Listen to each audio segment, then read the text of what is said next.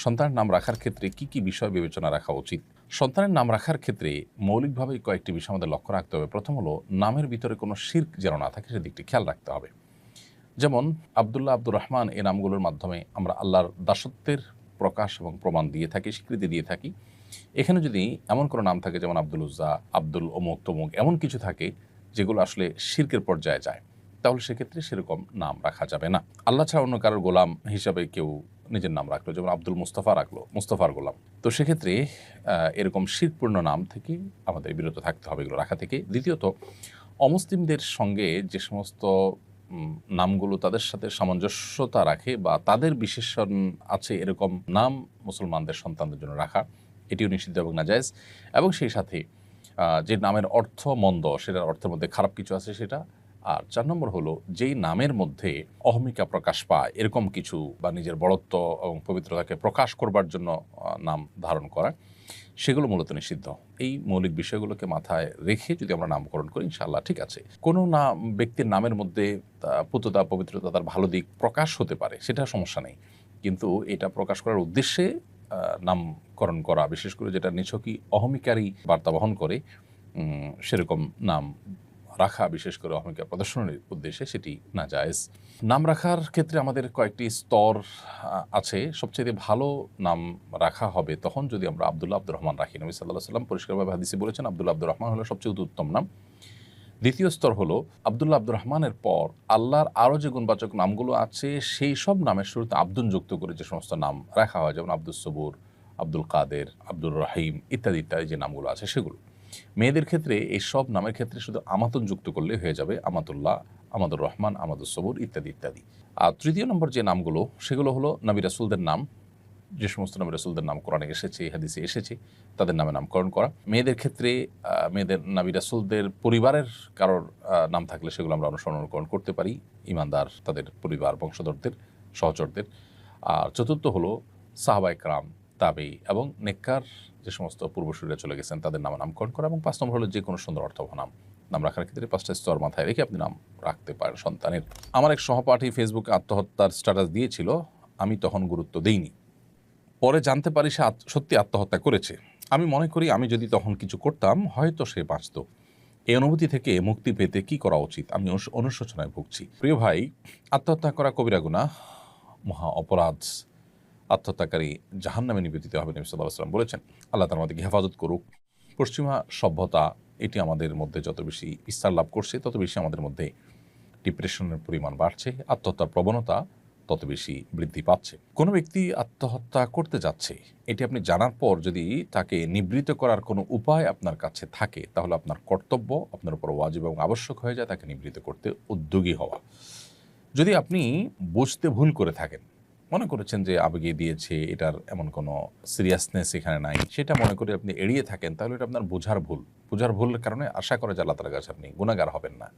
বিধায় এটা নিয়ে অহেতুক মর্মপীড়া আপনার ভোগার প্রয়োজন নেই। তবে হ্যাঁ, এটা ঠিক যে এখান থেকে শিক্ষা নিয়ে আপনি পরবর্তীতে এই জাতীয় ইস্যুগুলোকে আরেকটু গুরুত্বের সাথে দেখার চেষ্টা আপনাকে করতে হবে এবং সেই সাথে আপনার এখানে যে উদ্যোগ নেওয়ার সুযোগ ছিল যেটা আপনি নেননি, সেটার কারণে আল্লাহ তাআলার কাছে আপনি ইস্তেগফার করবেন, ক্ষমা প্রার্থনা করবেন, ভবিষ্যতের জন্য এরকম ভুল না হয় সেজন্য আল্লাহ তাআলার সাথে প্রতিশ্রুতিবদ্ধ হবে।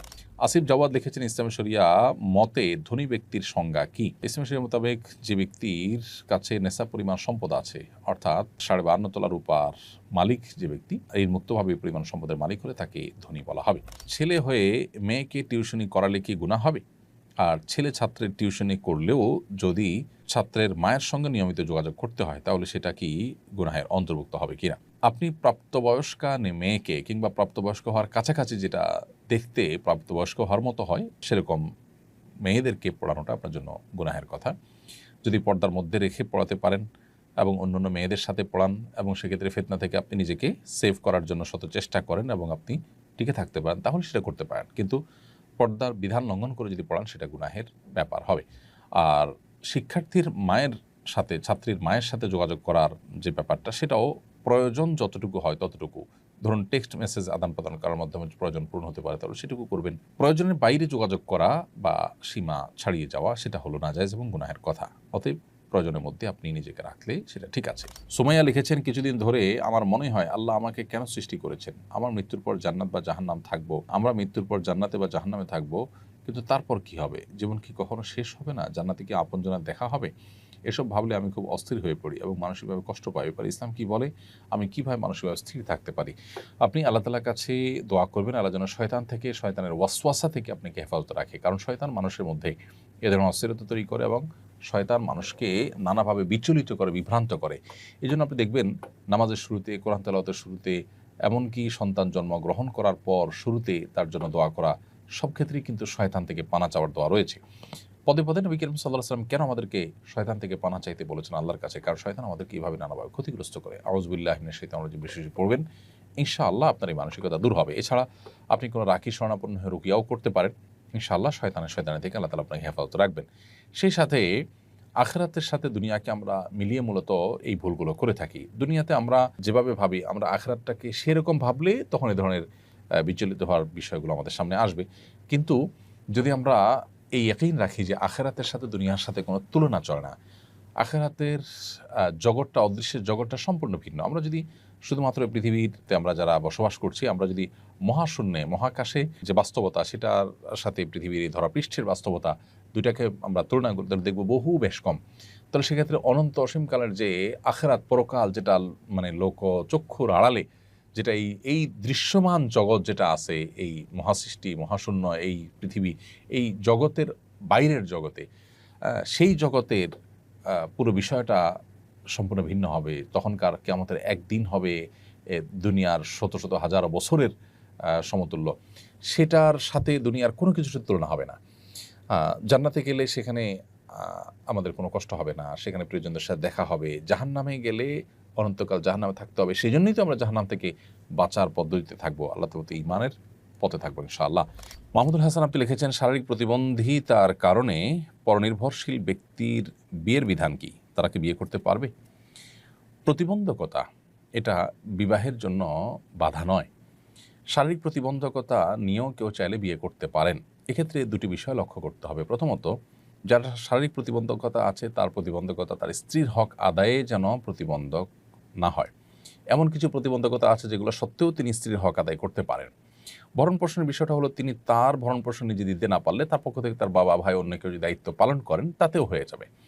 অথবা স্ত্রী যদি বলেন যে না, ভরণ-পোষণের পরে আমার এত চাপাচাপি নেই, বরং আমি নিজে সেটা অ্যারেঞ্জ করব, তাতেও কিন্তু বিয়ে বিশুদ্ধ হয়ে যায়। অতএব প্রতিবন্ধী মানুষ হলে তাকে বিয়ে করা যাবে না বা তাকে বিয়ে দেওয়া যাবে না, ব্যাপারটা সেরকম না। ছেলে হোক আর মেয়ে হোক, প্রতিবন্ধী হলে তাদেরকে বিয়ে নেওয়া জায়েজ আছে। শুধু দেখতে হবে যে এই প্রতিবন্ধকতা যেন নিজের জীবনসঙ্গীর কোনো হক আদায় করার ক্ষেত্রে তাকে তিনি যেন অপারগ না হন। আর দ্বিতীয়ত যে বিষয়টি, সেটি হলো যে তার যে সঙ্গিনী, তিনি যদি এই বিষয়টি জানেন যে তিনি এই দিক থেকে প্রতিবন্ধী, তাহলে সেক্ষেত্রে সেটা জানা সত্ত্বেও তিনি যদি রাজি থাকেন, তাহলে বিবাহ সম্পূর্ণ বিশুদ্ধ। শরীয়ত সেখানে কোনো প্রকার ইন্টারফেয়ার করে না। আমার আব্বুর চাপে নানুর দেওয়া জমি বন্ধক রেখে ব্যাংক লোন নিয়েছিলেন। এখন লোন শোধ না হওয়ায় সেই জমি নিলামে যাওয়ার পথে, এতে কি আম্মুর কবরে শাস্তি হতে পারে? আর সন্তান হিসেবে আমাদের করণীয় কি? প্রথম কথা হলো যে অন্যায় নির্দেশ এটা কারোরই পালন করা উচিত নয়। আপনার বাবা যতই চাপ দিয়েছেন, আপনার মায়ের উচিত ছিল এটাকে ডিনাই করা। হারাম কাজে কেউ প্রেসার দিলেও সেটাকে ডিনাই করা উচিত। তারপরে যদি তার ডিনাই সত্ত্বেও তাকে নিরুপায় করা হয়, এরকম পর্যায়ে নিয়ে যাওয়া হয়, তাহলে আশা করা যায় তিনি এর দায় থেকে মুক্ত থাকবেন। তারপরও যেহেতু এ ধরনের একটা গুনাহের কাজের সাথে তিনি জড়িয়েছেন, সন্তান হিসেবে আপনাদের কর্তব্য হলো এখন তার জমি বিক্রি করে হলেও ঋণ পরিশোধ করে দিবেন। এবং তিনি যে অন্যায় কাজ করেছেন, হোক সেটা চাপের কারণে করলে হয়তো অন্যায়ের মাত্রা কমবে, কিন্তু তার অন্যায় তো অবশ্যই হয়েছে। যেটুকুই হোক, সেই জন্য আল্লাহ তাআলার কাছে মায়ের তরফ থেকে মাগফিরাত তলব করবেন, কামনা করবেন, ইস্তিগফার করবেন, আল্লাহর কাছে মাপ চাইবেন। আস-সুন্নাহ ফাউন্ডেশন, উম্মার স্বার্থে সুন্নাহর সাথে।